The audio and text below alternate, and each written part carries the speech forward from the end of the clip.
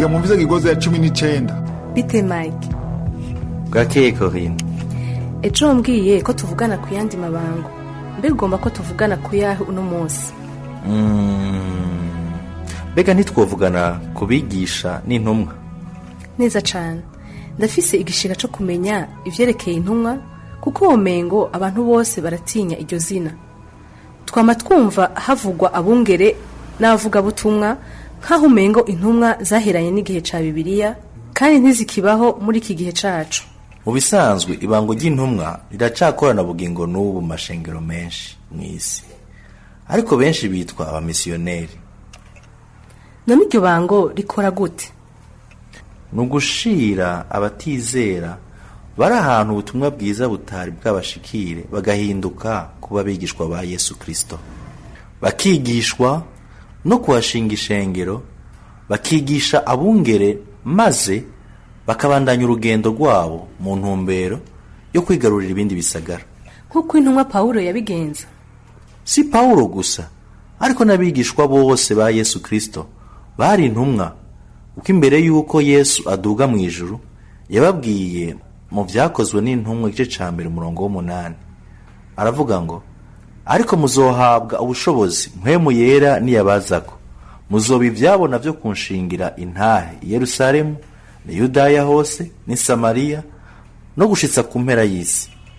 Intumwa rero n'umuntu agenda twisunze insobanuro yo muri Bibiliya novuga ko inyishu ari yego, ariko we atandukanye n'abavuga butumwa kuko wewe agenda atanguza ibikorwa akongera akabiha umurongo akanabikwirikirana. None ni kuki hariho intumwa zitwa abungere b'amashengero maze bakaguma mu kibanza kimwe gusa kandi baramutse bagenda usanga baja kuvuga ubutumwa ahantu runaka bakagaruka baja muri ca kibanza cabo basanzwe babamwe?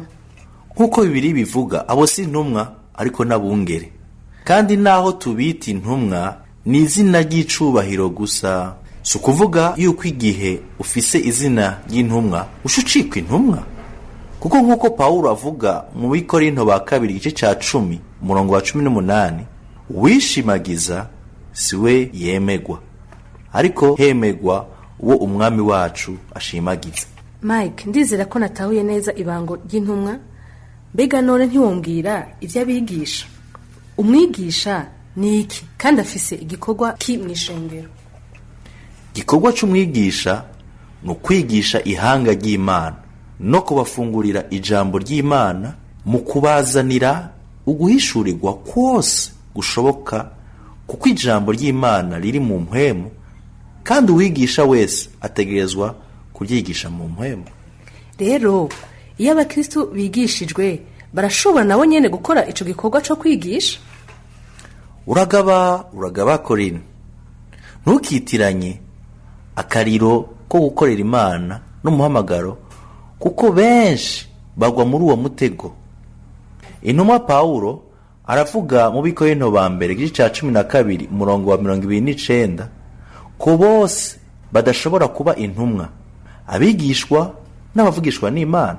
Umukristo ategerezwa gusenga kugira ngo aronke ubuyobozi bwa mpwemu w'Imana. Ariko ndakugabishije ko hari akaga ko kwigira umwigisha iyo utarungiswe n'Imana koko. Ibango ryo kwigisha riratandukanye no kuvuga ubutumwa bwa Yesu mu gushinga intahe, kuko nkuko nabikubwiye iryo ni itegeko rya buri mukristo wese. Mike, nikiki uvuga ko hariho akaga ko kwigira umwigisha? Uwo mwihariko ushingiye kuki? Kuko Bibiliya tubuza mu kutugabisha ko hadakwiriye kuba abantu benshi biyita abigisha, kuko abigisha bazociga urubanza ruruta iz'abandi. Ushobora kubisoma muri Yakobo igice ca 3:1. Kubera iki none bakarira cane abigisha? Urazi igituma Corinne? Ni kubera umwigisha afise ubushobozi bwo gusambura canke kubaka ishengero, kandi ijambo ry'Imana ritubwira ngo ntihakagire abantu benshi biyita abigisha b'ijambo ry'Imana.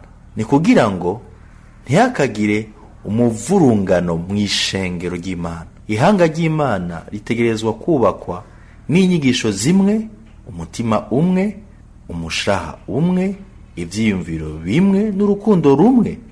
Kandi rero utudumbidumbi n'inyigisho z'amadayimoni zizanana n'inyigisho z'ibinyoma, kubera yuko umugwanizi acishiriza cane mu nyigisho.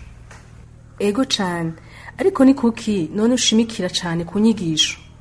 Kubera yuko inyigisho zihishura ibyahishijwe, kandi igihe abakristo bizeye ivyo ubigisha, uca uba igikoresho gishobora gukoreshwa n'umugwanizi, kuko ababona muri wewe ubushobozi busambura.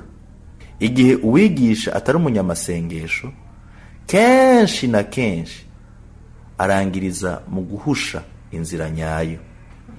Umugwanizi amaze kumwigarurira, benshi mu basanzwe bari inyuma yiwe baca bata inzira.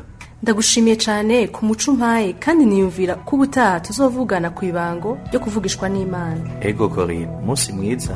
Umunsi mwiza nawe Mike, urakoze.